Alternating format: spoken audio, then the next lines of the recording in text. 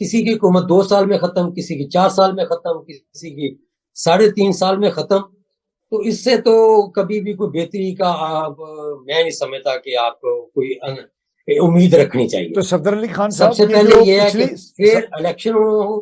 پھر الیکشن کے بعد جو حکومت آئے اس کو آئین کے تحت، ایک تو پہلی بات یہ ہے کہ وہ حکومت اپنے آپ کو آئین کے تابع سمجھے، آئین پر چلے، ادارے بھی جو ہیں وہ آئین پر عمل کریں. اس کے بعد اس حکومت کو مکمل ٹائم ملنا چاہیے، اور جب الیکشن کا وقت ہے تو عوام ان سے حساب لے.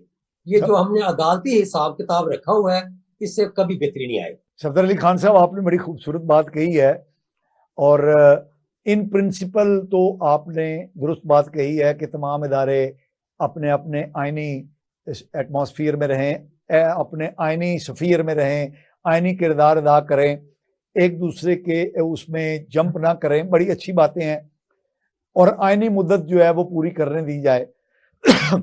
اور پھر آپ نے کہا کہ 2 2.5 سال حکومتیں تبدیل ہوتی رہیں. تو یہ جو موجودہ سیٹ اپ چل رہا ہے، یہ جو موجودہ حکمران ہیں شہباز شریف صاحب اور ان کی پی ڈی ایم کی جو اتحادی حکومت ہے، ان کا کہنا یہ تھا کہ جو ابا جان کی، قاسم کے ابا جان کی جو حکومت ہے وہ بنوائی گئی، وہ جمہوری طریقے سے قائم نہیں ہوئی. نواز شریف صاحب کو نااہل قرار دے کر، آر ٹی ایس کو فیل کر کے، اور جو الیکٹیبلز ہیں ان کا وہ بھیڑ بنا کر تو عمران خان صاحب کی حکومت قائم کی گئی.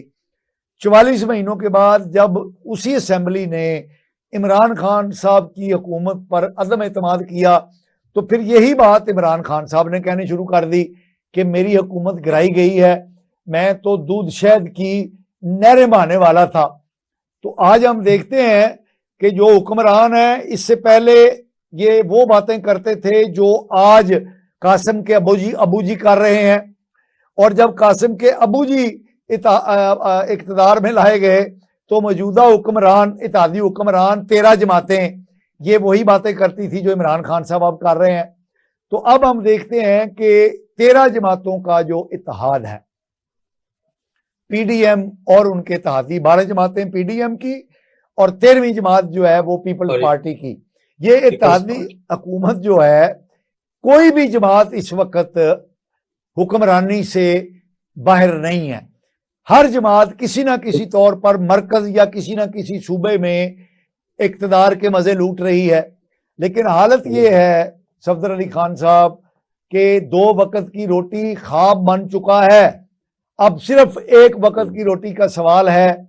اور جس برے انداز میں عوام اپنے شب و روز گزار رہے ہیں، یہ پچھلے دنوں ہمارے اداروں نے، ریاستی ادارے نے بتایا کہ 90 لاکھ پاکستان کے شہری خطے غربت سے نیچے جا چکے ہیں 1 سال کے اندر.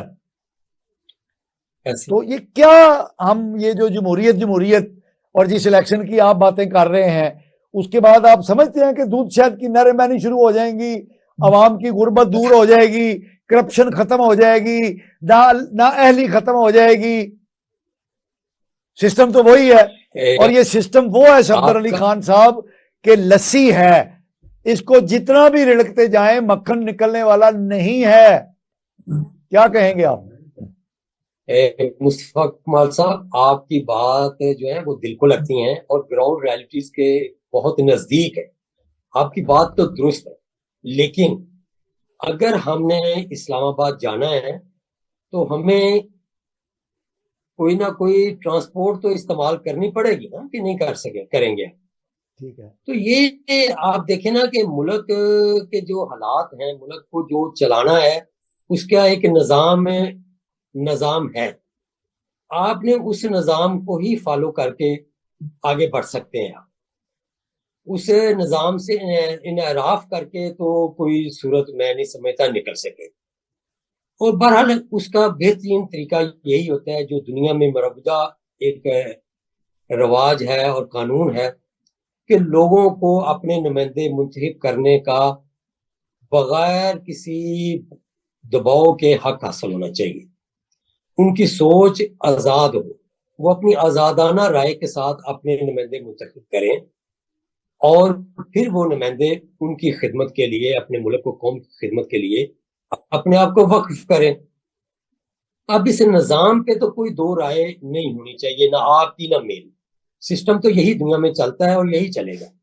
بات پریشانی کی یا ہماری بدقسمتی کی وہاں سے شروع ہوتی ہے جب ہم اپنے فرائض کی ادائیگی میں ڈنڈی مارتے ہیں۔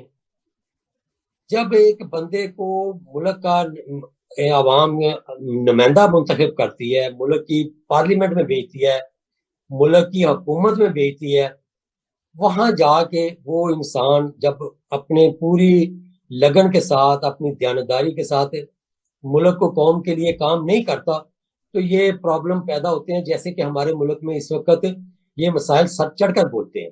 آپ نے بات تو ٹھیک کی ہے کہ 2 وقت کی روٹی نہیں، اب تو 1 وقت کی روٹی کا جو ہے مسئلہ لوگوں کے لیے بنا ہوا ہے، لیکن اس سے نکلنے کی صورت تو یہی آئین و قانون ہے کہ جو لوگ آئیں وہ یہ نہیں ہے کہ سینٹ کی چیئرمین کی تنخواہیں بڑھا دیں، یہ سپریم کورٹ کے ججز کی تنخواہیں بڑھا دیں، یہ فلاں کے کو آسائشیں دے دیں ہم اور فلاں کی آسائشیں ہم چھین لیں۔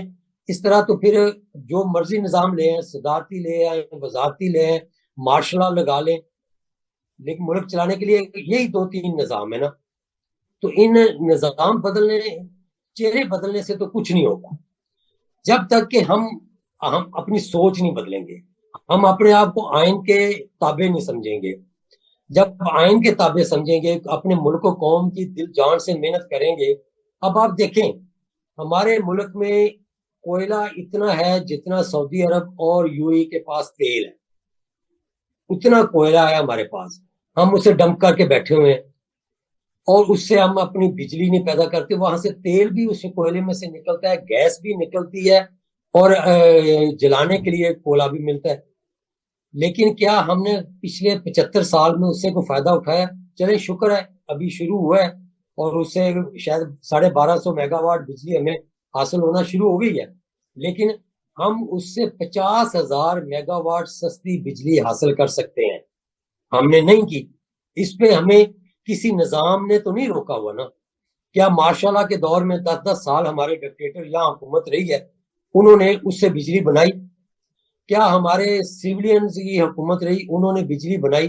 اور جنہوں نے بنائی ان کو ہم نے پکڑ لیتے ہیں، ان کی تحقیقات شروع کر دیتے ہیں۔ ہمارے ملک میں گیس ٹرمینل نہیں تھے، شاہ خان عباسی نے 2 گیس ٹرمینل لائے، وہ ابھی تک نیب کے کیس بھگت رہا ہے کہ جی اختیارات سے تجاوز۔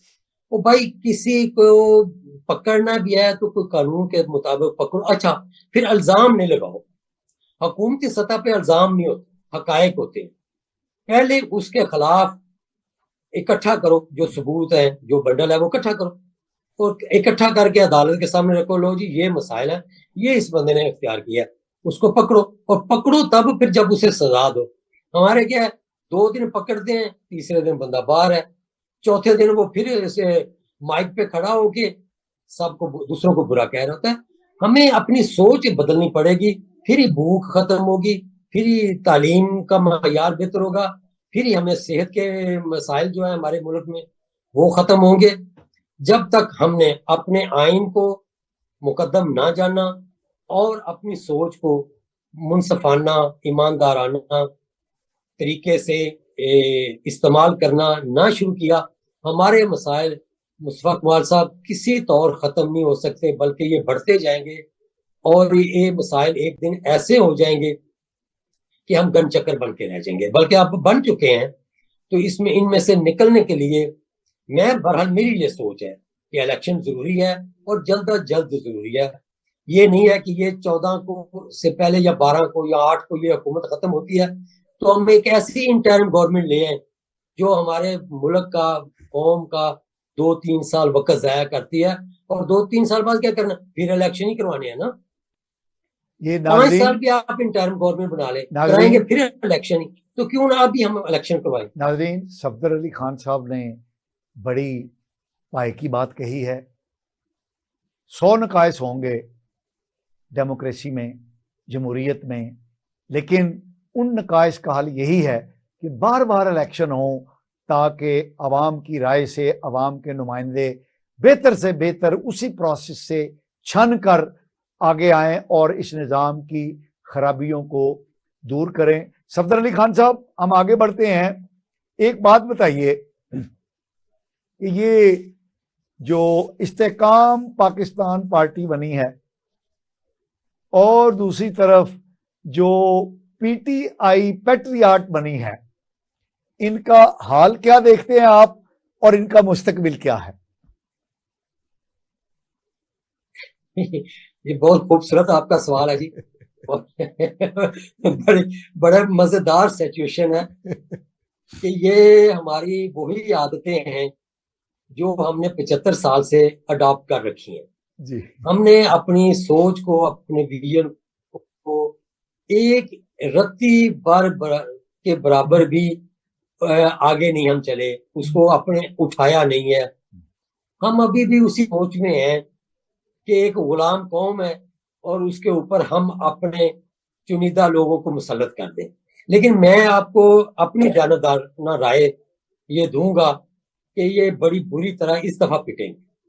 ان میں سے مجھے کوئی بندہ بھی کامیاب ہوتا نظر نہیں آتا، کیونکہ اب قوم میں یہ شعور آ چکا ہوا ہے کہ یہ وہ لوگ ہیں کہ جنہوں نے پہلے پیپلز پارٹی کے ساتھ کام کیا، ان کی حکومت گئی تو یہ نون لیگ میں آ گئے، ادھر انہوں نے کھاؤ پیو پروگرام چلایا، اور پھر جب نون لیگ کو زوال آتا دیکھا انہوں نے تو یہ بھاگ کے پی ٹی آئی میں شامل ہو گئے، اور جب پی ٹی آئی پٹ گئی ہے تو اب ان کو میں ایک نئے روپ میں دیکھ رہا ہوں کہ انہوں نے کہا کہ واپس نون لیگ میں نہ جائیں تو اب اپنا ایک ہم تھیٹر چلائیں۔ مصطفیٰ کمال صاحب، یہ ایک تھیٹر ہے اور میں سمجھتا ہوں قوم کو اس سے انجوائے کرنا چاہیے، اور دیکھیں اگر یہ چائے وائے پہ بلاتے ہیں تو ان کی چائے وائے پینی چاہیے، لیکن ان کا مستقبل کوئی نہیں ہے میرے خیال میں۔ صفدر علی خان صاحب، یہ قوم باشعور، آپ نے بڑی خوبصورت بات کہی ہے۔ اگر میں 60 کی دہائی میں اپنے ناظرین کو لے جاؤں تو اس وقت بھی council league, convention league, council Muslim league, convention Muslim league کی صورت میں ایسی جماعتیں جو ہیں وہ مشرومز کی طرح منظر عام پر آتی رہیں۔ ہوتا یہ تھا کہ آج شام کو ایک پارٹی نے اپنا بجٹ منظور کروایا تو کل پتہ چلتا ہے کہ وہ اس پارٹی کی حکومت ختم ہو گئی اور نئی پارٹی جو ہے وہ حکمران ہو گئی اسی اسمبلی کے اندر بیٹھ کے۔ پھر ہم زیادہ بازی میں نہ بھی جائیں تو ہم دیکھتے ہیں کہ میاں منظور وٹو صاحب جو چٹھا لیگ کے تھے، ان کے شاید 13 یا 14 ایم پی ایز تھے، تو وہ بے نظیر بھٹو کو وہ کر کے بلیک میل کر کے انہوں نے پنجاب میں حکومت لی۔ آج ان کا نام و نشان نہیں ہمیں ملتا۔ پھر ہم دیکھتے ہیں کہ چودھری پرویز لائی صاحب نے اپنے 11 ایم پی ایز کے ساتھ عمران خان کو بلیک میل کیا اور اپنی حکومت قائم کی۔ آج ہمیں نہ کونسل مسلم لیگ کہیں دکھائی دیتی ہے، نہ کنونشنل مسلم لیگ کہیں دکھائی دیتی ہے، نہ قیوم لیگ کہیں دکھائی دیتی ہے، نہ چٹھا لیگ کہیں دکھائی دیتی ہے، نہ جنیجو لیگ کہیں دکھائی دیتی ہے، نہ کاف لیگ کہیں دکھائی دیتی ہے۔ لیکن اپنے اپنے دور میں اپنا اپنا کردار یہ مشرومز کی طرح اگنے والی جماعتیں ادا کرتی رہی ہیں۔ اور مجھے یہ نظر آتا ہے صفدر علی خان صاحب کہ یہ جو استحکام پاکستان پارٹی ہے، میں اس کو کہتا ہوں یہ عدم استحکام پاکستان پارٹی ہے۔ یہ پاکستان کی جو موجودہ عدم استحکام کی صورتحال ہے، یہ اس کو مزید عدم استحکام کا شکار کرے گی، اور جو کے پی کے اندر بنی ہے پی ٹی آئی پیٹریاٹ، یہ بھی پاکستان کی سیاست کو عدم استحکام کا شکار کرے گی، اور یہ جن مقاصد کے تحت قائم کی گئی ہیں یہ اپنا کردار ضرور ادا کریں گی، اور یہ کردار جو ہے یہ منفی کردار ہوگا۔ ناظرین، ہم ایک شارٹ بریک پر جا رہے ہیں۔ صفدر علی خان صاحب جو کہ سینئر تجزیہ نگار ہیں وہ ہمارے ساتھ شریک گفتگو ہیں۔ ہم ایک شارٹ بریک پر جا رہے ہیں، ہمارے ساتھ رہیے گا۔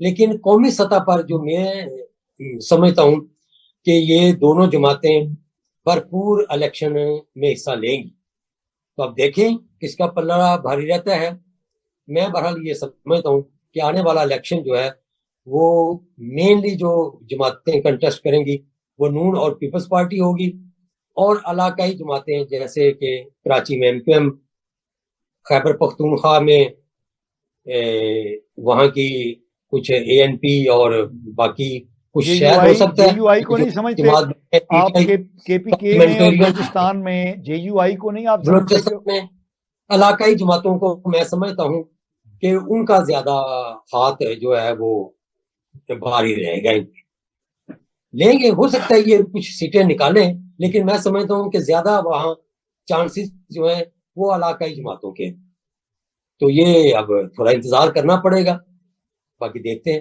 اچھا، آپ نے یہ تو بتا دیا جو ممکنہ سینیریو بن سکتا ہے آنے والے انتخابات میں، اور آپ نے کہا کہ پیپلز پارٹی اور نون لیگ کے درمیان جو ہے وہ ید پڑے گا، مقابلہ ہوگا قومی سطح پر. یہ آپ نے ایک بتایا. آپ کیا سمجھتے ہیں جی میری رائے ہے، میں سوچ ہے کہ پنجاب جو ہے یہ فیصلہ کرے گا کہ مرکز میں کس کی حکومت ہونی ہے؟ تو پنجاب میں تو پیپلز پارٹی کی جو پوزیشن ہے وہ کوئی قابل ذکر نہیں ہے. تو آپ کیا سمجھتے ہیں کہ آنے والے الیکشنوں میں یہ صورتحال یکسر تبدیل ہو جائے گی؟ نہیں، میرا خیال ہے کہ جب گراؤنڈ میں دو فریق ہوں گے نا، تیسرا فریق جب کمزور ہو گیا اور اس کی چین آف کمانڈ ٹوٹ گئی ہے. آپ سمجھتے ہیں PTI کا جو اس وقت ان کا جو لیڈر ہے وہ ڈرپوک ثابت ہوا ہے. وہ اپنے ایک خاص چنگل میں پھنس گیا ہے، وہ وہیں بیٹھا ہوا ہے. الیکشن جو ہے یہ عوام کے اندر جا کے لڑا جاتا ہے.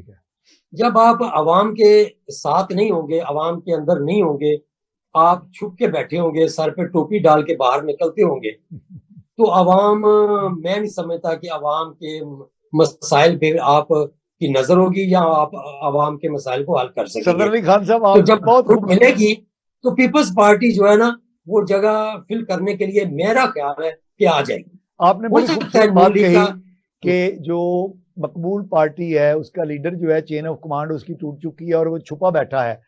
تو آپ یہ سمجھتے ہیں کہ مسلم لیگ نون جو ہے وہ اپنے قائد میاں نواز شریف کی پاکستان میں موجودگی کے بغیر سیٹیں نکال سکے گی؟ یہ تھوڑا مشکل ہے، ناممکن تو نہیں ہے، کیونکہ پنجاب میں ان کی جڑیں کافی مضبوط ہیں. یہ ایک پاپولر جماعت بھی ہے اور اس کے علاوہ ان کی تنظیم بھی ہے.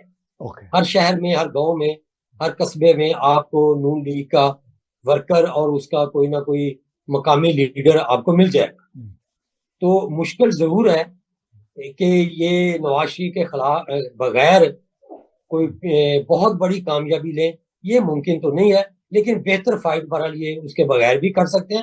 لیکن میرا خیال ہے کہ نواز شریف ستمبر میں جب تبدیلیاں آئیں گی، کچھ جو آپ سمجھتے ہیں کچھ ایک دو لوگوں نے تبدیل ہونا ہے، تو نواز شریف کو آپ پاکستان میں دیکھیں گے.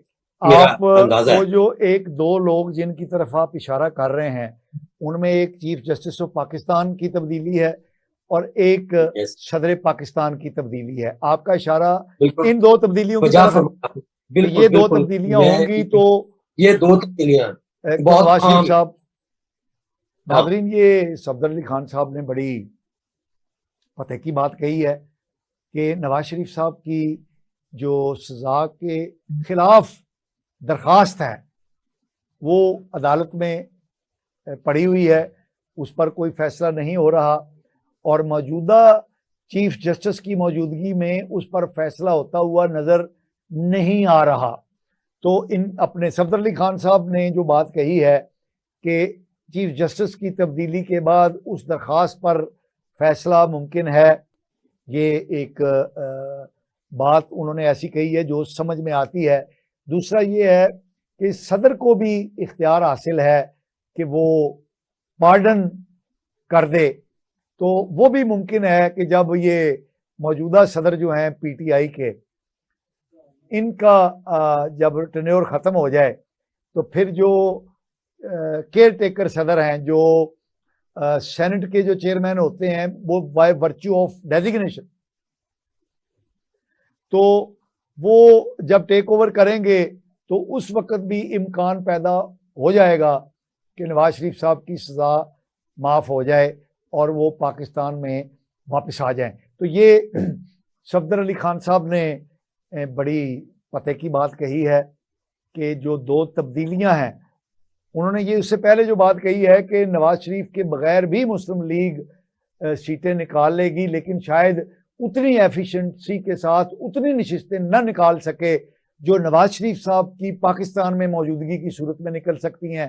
اور پھر انہوں نے بتایا کہ سپٹمبر تک شاید تبدیلیوں کے بعد نواز شریف صاحب کی پاکستان میں آمد جو ہے اس کا شاید فیصلہ ہو چکا ہے، یا وہ آنے کا ان کا ماحول بن جائے گا، تو اس کے نتیجے میں پاکستان میں جو جاری پولیٹیکل سیناریو ہے اس میں ایسی تبدیلی واقع ہو جائے گی جو کہ مسلم لیگ نون کو اس سیاسی منظر نامے پر چھا جانے میں ممد و معاون ثابت ہوگی۔ صفدر علی خان صاحب، آپ نے بڑی خوبصورت بات کہی ہے کہ مسلم لیگ نون جو ہے وہ نواز شریف کے بغیر شاید اتنی نشستیں نہ نکال سکے جو کہ حکومت بنانے کے لیے درکار ہوں، تو نواز شریف کا آنا جو ہے وہ ضروری ہے۔ اب مجھے ایک بات بتائیے، یہ بات تو طے ہو چکی ہے کہ 2018 میں نواز شریف کو منزل سے ہٹانے کے لیے جو عدلیہ اور انتظامیہ اور مختلف اداروں نے مل جل کر کردار ادا کیا وہ اب سب کے سامنے آ چکا ہے۔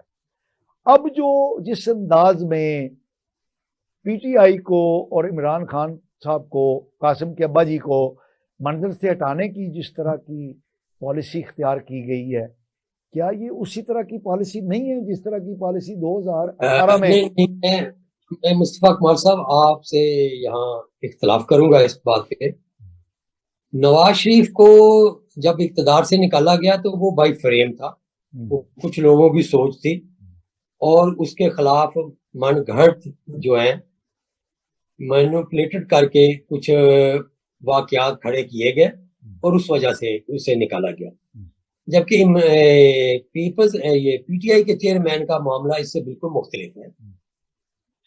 انہوں نے جو جرائم کیے ہیں وہ روز روشن کی طرح روشن ہے۔ 9 مئی کا واقعات ان سے نہ تو پیپلز پارٹی نے کروایا ہے اور نہ ہی نون لیگ نے کروایا ہے، انہوں نے از خود کیا ہے، لہذا اس کی کاسٹ تو انہیں پے کرنی پڑے گی۔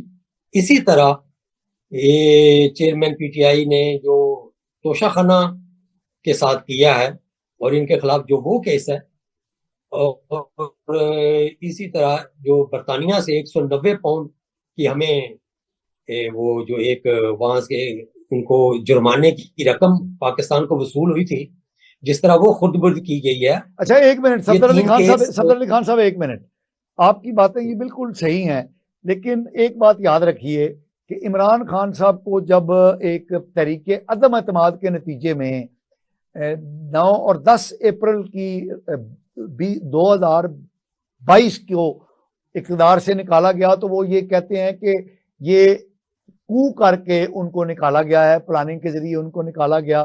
اس کے بعد 9 مئی 2023 کا واقعہ ہوتا ہے، تو یہ آپ کی بات صحیح ہے، لیکن مجھے یہ بتائیے اتنے جرائم ہونے کے باوجود، اتنے صریحاً الزامات ہونے کے باوجود ابھی تک عمران خان صاحب کا ایک بھی بال بھیگا نہیں کیا جا سکا، یہ کیا ہے؟ ایسا ہے، میں گزارش یہ کروں گا، پہلی بات تو یہ ہے کہ جو عدم اعتماد کی تحریک ہے نا، ہو سکتا ہے اس کے پیچھے کوئی بات ہو، ہم انکار نہیں کرتے نہ اس کی تائید کرتے ہیں کیونکہ ہمیں تو اس کا علم نہیں ہے، لیکن ظاہراً وہ ایک آئینی تحریک ہے، آئین میں اس کی گنجائش ہے، آئین میں کے مطابق وہ ایک قرارداد پیش ہوئی اور ووٹنگ ہوئی، اور ووٹنگ کے سلسلے میں کے نتیجے میں یہ حکومت آئی۔ وہ غیر آئینی عمل نہیں تھا، نہ تو اس میں عدالت کا کوئی رول ہے، نہ ظاہراً اس میں کوئی اور ایلیمنٹ ہے۔ بیک پہ ہو سکتے ہیں بیک پہ تو بہت ساری چیزیں ہوتی ہیں. تو ہم وہ چیز کو زیادہ ہمیں اہمیت دینی چاہیے جو سامنے ہو, جو نظر آ رہی ہو. نظر یہی آتا ہے کہ وہ ایک آئینی عمل تھا اور اس کے نتیجے میں حکومت کی تبدیلی ہوئی. اب آپ کی بات ہے جو آپ فرما رہے ہیں کہ دوسرا آپ نے ابھی کیا کہا تھا؟ میں نے کہا کہ 9 مئی کا جو واقعہ ہے وہ اتنا صریحاً جرم ہے, اور جو آپ نے واقعات بیان کیے توشہ خانے کے اور 190 ملین پاؤنڈ کے خرد برد کے, یہ ایسے اوپن اینڈ شٹ کیسز ہیں, لیکن ابھی تک عمران خان صاحب کا بال بھی بھیکا نہیں کیا جا سکا. تو یہ کیا ہے؟ میں اس پہ میری سمجھ ہے, میں اس کے مطابق یہ گزارش کروں گا کہ جتنے بھی کیسز ہوں, وہ جتنے بھی ہائی پروفائل ہوں یا جتنے بھی بالکل کلیئر ہوں, پھر بھی ان میں سمجھتا ہوں کہ تحقیقاتی اداروں کو انوالو ہونا چاہیے اور مکمل تحقیق اور چھان بین کے بعد تمام ثبوتوں کے ساتھ کورٹ میں جانا چاہیے. صرف ایف آئی آر درج کرنے سے کسی بندے کو پکڑ لینا اور اس کے جو بنیادی حقوق ہیں ان کو ملیا میٹ کر دینا, یہ کوئی بھی انسانی تقاضا, انسانی لا جو ہے اس کو نہیں مانتا. آپ کی بات درست ہونا چاہیے, آپ کی بات درست صفدر علی خان صاحب. لیکن جب یہ 12 تاریخ کو اسمبلیاں تحلیل تحقیقات چلتی رہتی ہے, یہ میں عرض کرتا ہوں جی اب بہت سارے کیسز ایسے ہیں دنیا میں, آپ کو مثال ملے گی, وہ 10 سال ان کی تحقیقات چلتی ہیں, اور لیکن تحقیقات مکمل ہونے کے بعد وہ بندے کو پکڑتے ہیں. ہمارے ملک میں یہ رواج رہا ہے, نیب کے تھرو ہم نے نیب کو چونکہ استعمال کیا ہے, قانون کے لیے نہیں, قانون کی یا آئین کی سربلندی کے لیے نہیں ہم نے استعمال کیا. ہم نے سیاست دانوں کو نیچا دکھانے کے لیے ہمیشہ نیب کو استعمال کیا ہے ماضی بعید میں. تو آپ دیکھیں کہ وہ عمل اب کچھ رکا ہے, اور اللہ کرے کہ ایسا نہ ہو. ہمارے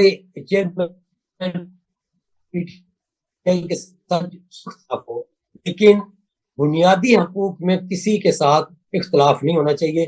جس شخص کا جو بنیادی حق بنتا ہے آئینی و قانونی, اس کو ملنا چاہیے. تحقیقات میں, انویسٹیگیشن میں یا ثبوتوں کے حصول میں جتنا بھی وقت لگے کوئی حرج نہیں ہے. 4 مہینے لگ گئے ہیں, 4 مہینے اور لگ جائیں, لیکن بے انصافی نہیں ہونی چاہیے. اگر یہ جو میں نے ان کے خلاف جرائم جو میں سمجھتا ہوں, میں آپ بھی وہی فرما رہے ہیں کہ یہ اوپن اینڈ شٹ کیسز ہیں, اور نظر بھی ایسے ہی آ رہا ہے کہ انہیں تحائف ملے, انہوں نے وہ بیچے اور اس کی جعلی رسیدیں پیش کی گئی, اس میں کوئی شک شبہ نہیں ہے.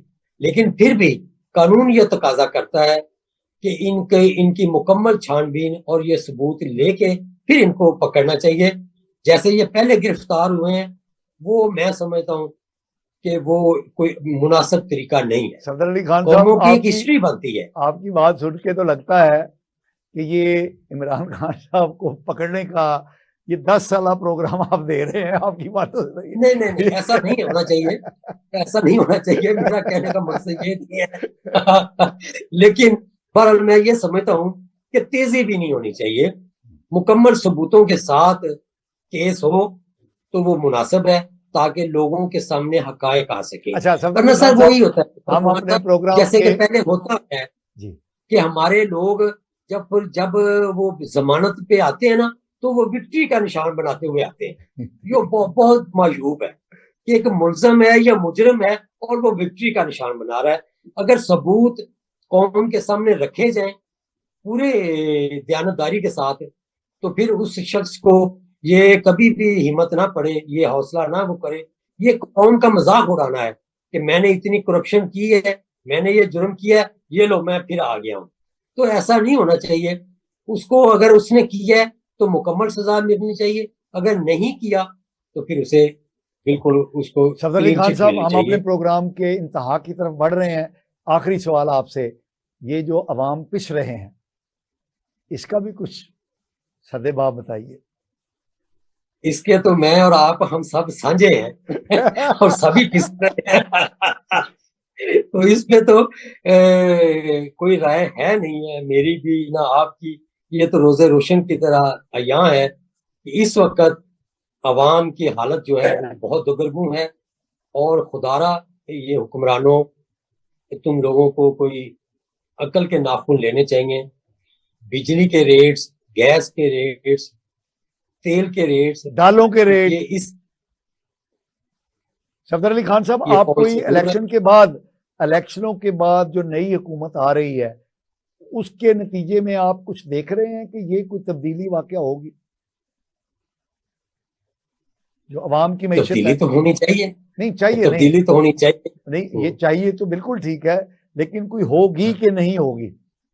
کیونکہ ہماری سمجھتا اطلاعات ہوں یہ ہیں کہ آئی ایم ایف کا 9 مہینے کا جو ہمارا ایگریمنٹ ہوا ہے اس کے اثرات آنے شروع ہو گئے ہیں. بجلی کی، گیس کی قیمتیں بڑھ رہی ہیں، اور سارے وہ معاملات جو ہیں جب فری فلوٹ ہوگا، ڈالر کی قیمت جب مارکیٹ بیسڈ ہوگی تو اس کے نتیجے میں ڈالر مزید مہنگا ہوگا، پھر مزید مہنگائی کی لہر آئے گی، اور 3 مہینے کا جو ریویو ہوگا تو وہ آئی ایم ایف مزید اپنی شرائط عائد کرے گا. اور ہم نے آج سے ہی 9 مہینے کے بعد آئی ایم ایف سے نیا ایگریمنٹ کرنے کی تیاریاں شروع کر دی ہیں. تو کیا دیکھتے ہیں آپ کہ کیا نتیجہ اس کا نکل سکتا ہے؟ سر اس کا بہت دردناک سی ہماری سٹوری ہے کہ یہ ہم شروع دن سے ہمارا ملک جو ہے 50s سے شروع ہوا ہے آئی ایم ایف کے پاس جانا، اور یہ 22واں کے 23واں پروگرام جو ہم نے لیا ہے. بات یہ ہے کہ جب تک ہم اپنے اصلاحات نہیں کریں گے، بنیادی اصلاحات چاہیے اداروں کو چلانے کے لیے، پی آئی اے، ریلوے، اسٹیل مل اور بے شمار ادارے ہیں جو دن رات قوم کا سرمایہ حیات کھا رہے ہیں. جب تک ان اداروں کی کوئی پالیسی نہ بنے، ان میں بنیادی تبدیلیاں نہ کی جائیں، تو یہ تو ایسے ہی ہے کہ بوری کا ایک منہ اوپر ہوتا ہے اور نیچے سے وہ ایک منہ کھلا ہو کہ پھٹی ہو. اوپر سے آپ جتنے دانے ڈالتے جائیں گے وہ نیچے سے نکلتے جائیں گے. اس وقت ہمارے ملک کی حالت یہی ہے. صفدر علی خان صاحب، امید کرنی چاہیے جو نئی حکومت آئے وہ کچھ بنیادی اصلاحات کرے تو پھر ہی یہ اس سے جان چھوٹے گی، اور میرا خیال ہے چھڑانی پڑے گی، ورنہ لوگ اب ان کا ساری پھاڑیں گے اور کچھ نہیں کریں گے. صفدر علی خان صاحب، اس کا مطلب یہ ہے کہ پھر تواڈے والوں اسی نہ ہی سمجھیے. ابھی تو نہ ہی سمجھے. نہ 9 من تیل ہوگا، نہ رادا ناچے گی. صفدر علی خان صاحب، یہ دیکھیں آنے والے الیکشن میں 13 جماعتیں جو موجودہ حکمران ہیں، اور باہر تو ہے کوئی نہیں، انہی میں سے چھن کر لوگ آنے ہیں. یا یہ جو 2 پارٹیاں نئی بنی ہیں، عدم استحکام پاکستان پارٹی اور پی ٹی آئی پیٹریاٹ، یہ وہی لوگ ہیں جو کسی نہ کسی صورت میں کبھی نہ کبھی حکمرانی میں رہے ہیں. تو نئی جو حکومت بنے گی، نئے جو اقتدار میں لوگ آئیں گے، وہ انہی میں سے آنے ہیں. تو اس کا مطلب یہ ہے کہ ہمیں کوئی جوہری تبدیلی پاکستان کی معاشرت میں، پاکستان کی سیاست میں، پاکستان کی معاشرت میں ہوتی ہوئی نظر نہیں آ رہی ہے. چاہیے کی بات اپنی جگہ پر ہے، ہونا تو بہت کچھ چاہیے، لیکن جو ہوتا ہوا نظر آ رہا ہے وہ تو یہی ہے کہ کچھ بھی نہیں ہونا. کیا کہتے ہیں آخری 30 سیکنڈ؟ ایسا نہیں ہے کہ انشاءاللہ بنیادی اصلاحات ضرور جو نئی حکومت آئے گی وہ نون کی آئے، پی ٹی آئی کی آئے یا پیپلز پارٹی کی آئے. ناظرین، صفدر علی خان صاحب نے بہت خوبصورت بات کہی. انشاءاللہ، یعنی اللہ ہی چاہے گا تو یہ تبدیلی آئے گی. ہمارے ہاتھ واس میں تو کچھ نہیں ہے. صفدر علی خان صاحب، آپ کا بہت بہت شکریہ کہ آپ ہمارے پروگرام میں تشریف لائے اور آپ نے کھری کھری ہمارے ناظرین کو باتیں سنائیں اور بتائیں. ناظرین، آپ نے ہماری باتیں سنی، ہماری گفتگو سنی. یہ گفتگو ہم آپ کے لیے کرتے ہیں. اپنے فیڈ بیک سے ہمیں مطلع فرمائیے گا. اگلے پروگرام تک کے لیے مصطفیٰ کمال پاشا کو اجازت دیجیے. اللہ نگہبان.